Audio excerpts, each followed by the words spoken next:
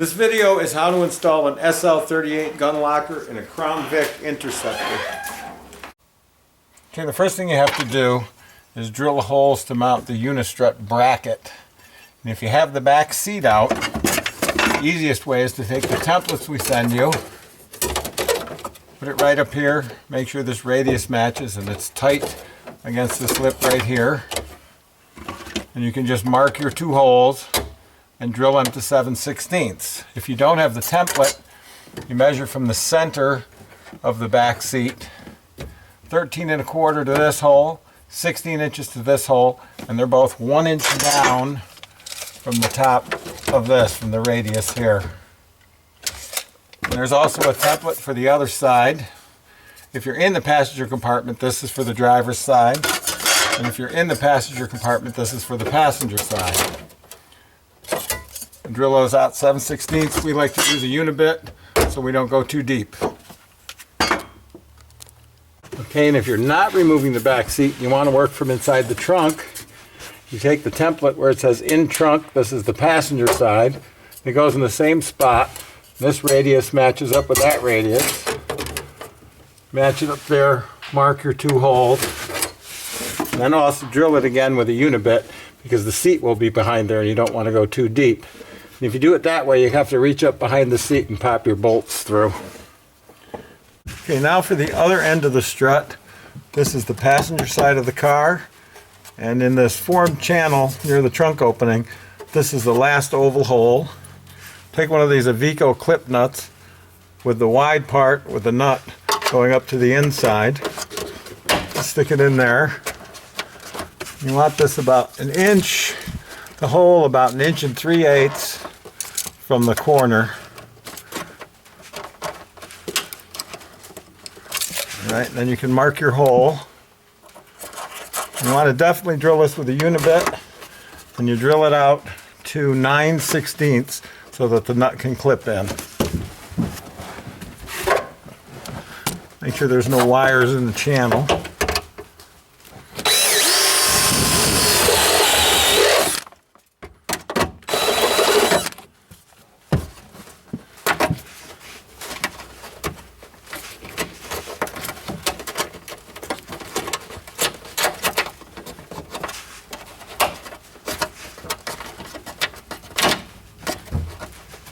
And if the hole's big enough, the little spring will hold this in place so it doesn't move on you.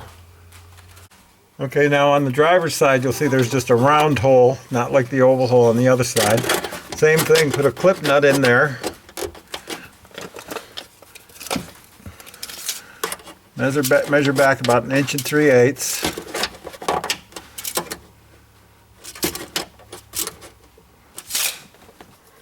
Mark your hole.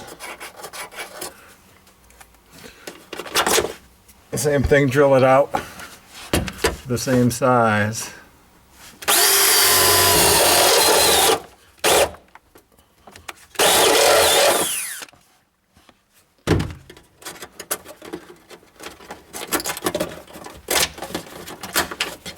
Okay, now we can mount our strut channel. Alright, to put the strut channel in, have your bracket like this with the wing going up.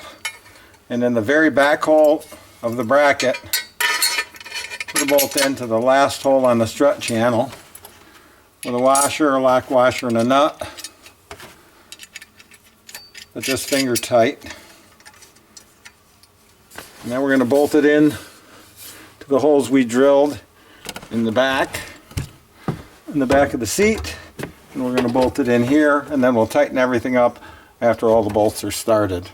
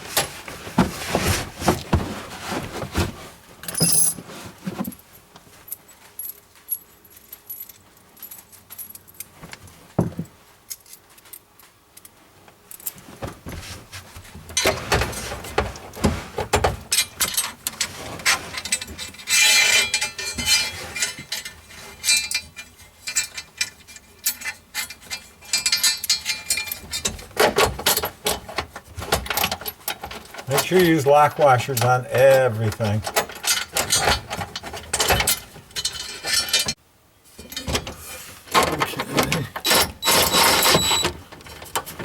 All right, once everything's in, you can start tightening everything up.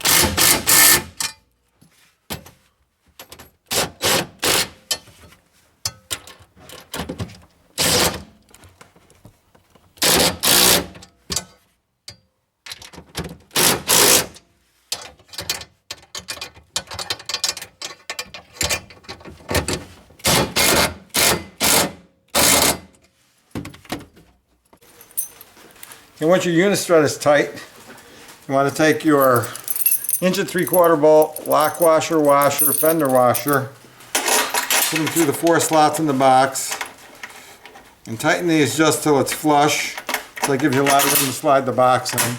You do all 4 of them, and then you just lift the box in, put these into the unit strut, slide it back where you want it, and tighten it up. Okay, once you have your unit struts bolted in, good and solid, both good and solid, just lift the box in.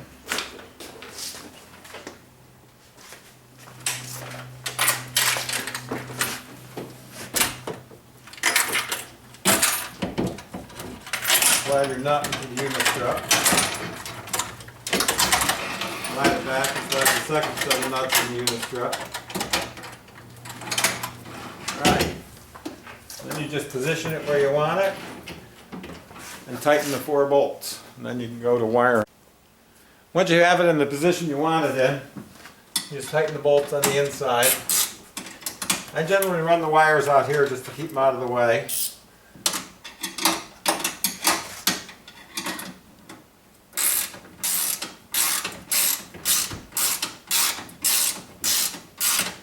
And after it's tight, I run them over the top of the unit strut.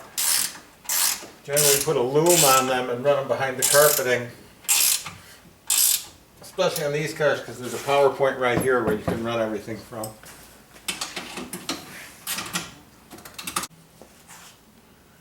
Once the box is tight and where you want it, I like to cover the end of the unit strut with a piece of the sticky back carpet.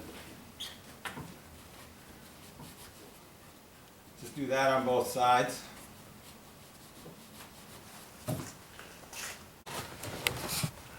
Okay, and I ran the wires over the top of the unit strut and then tied it in with a factory wire that comes back here, and back to this power point where I'm going to put the remote, and I'll put a momentary switch over here too. Okay, I'm going to prepare the remote. It should come with a wiring harness, 2 transmitters and a receiver.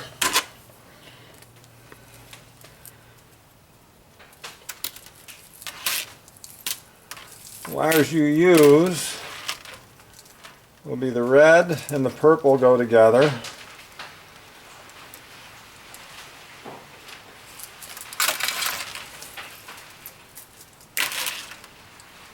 This red and this purple. Those go together.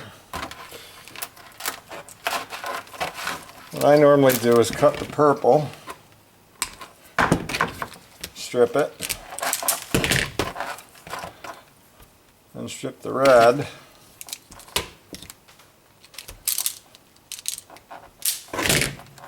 Just tie them together because these are your constant power coming in.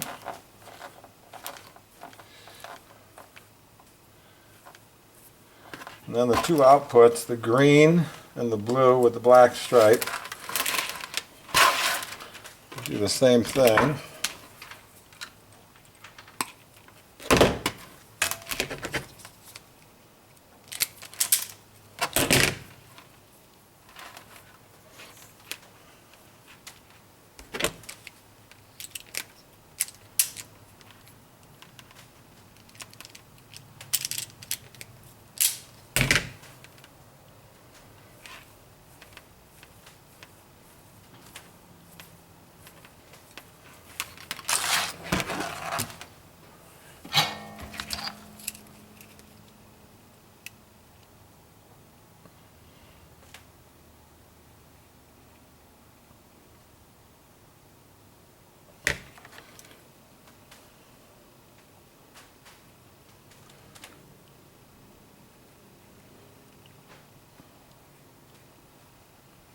Okay.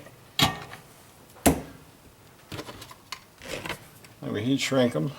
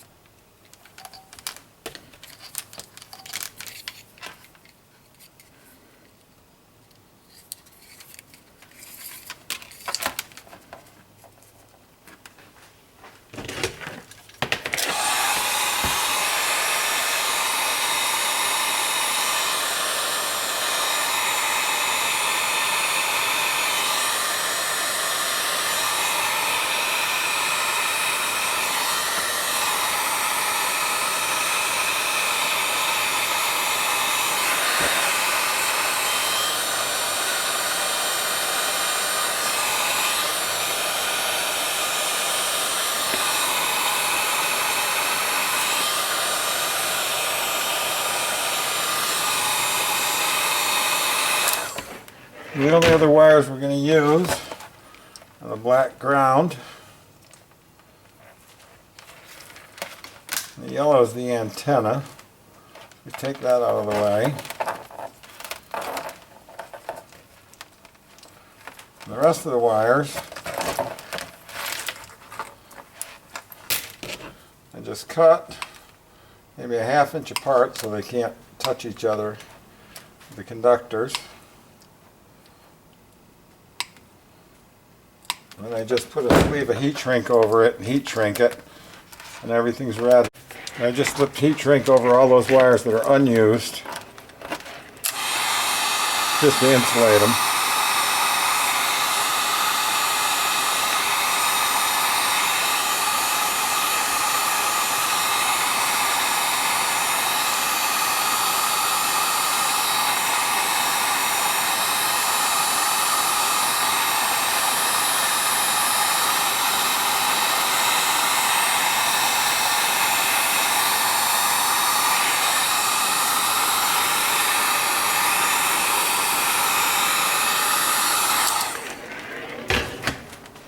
And that leaves your power in, which is these two, power out to the vault. This is your antenna and this is your ground. Because the Ford has that nice power point there, what this does, I'm just soldering a couple of ring terminals on here to connect to the car. And I'll splice the ground from the box right into this ground and solder it. Okay, now to the wiring of it. There's a power point right here on the Crown Vic. What I did is I put a fuse holder in the wiring harness to the remote. And I put it right on the post. I soldered a ring terminal there. Ground from the remote. I put it on the ground terminal. And the ground from the gun vault I spliced in and soldered to the ground here. I put a momentary switch in one of the holes right here in this piece. The hole's just the right size. And I fed that after the fuse. And the other wire comes back with the blue and the green from the remote to the red wire that goes to the vault. That way, the momentary switch will work it. And I haven't tried the remote yet, I just plugged it in, but this should program it to this remote. And it didn't. Let's try this one. No, neither one's working. Let's see what that is. Okay, that remote didn't work initially. I unplugged the harness and plugged it back in. And now we're going to try it. Okay, that works. That's the lock button, and the unlock button should also open it. Okay, now to program a second remote, procedure is the one that's working. You hold the button, the lock button down for 10 seconds.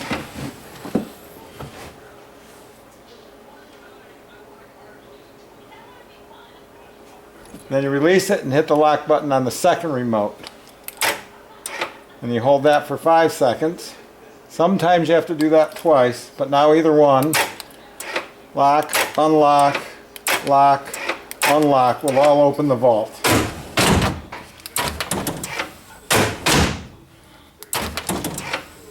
And then the momentary switch is here, also opens it. All I have to do is neaten this up and tuck it away.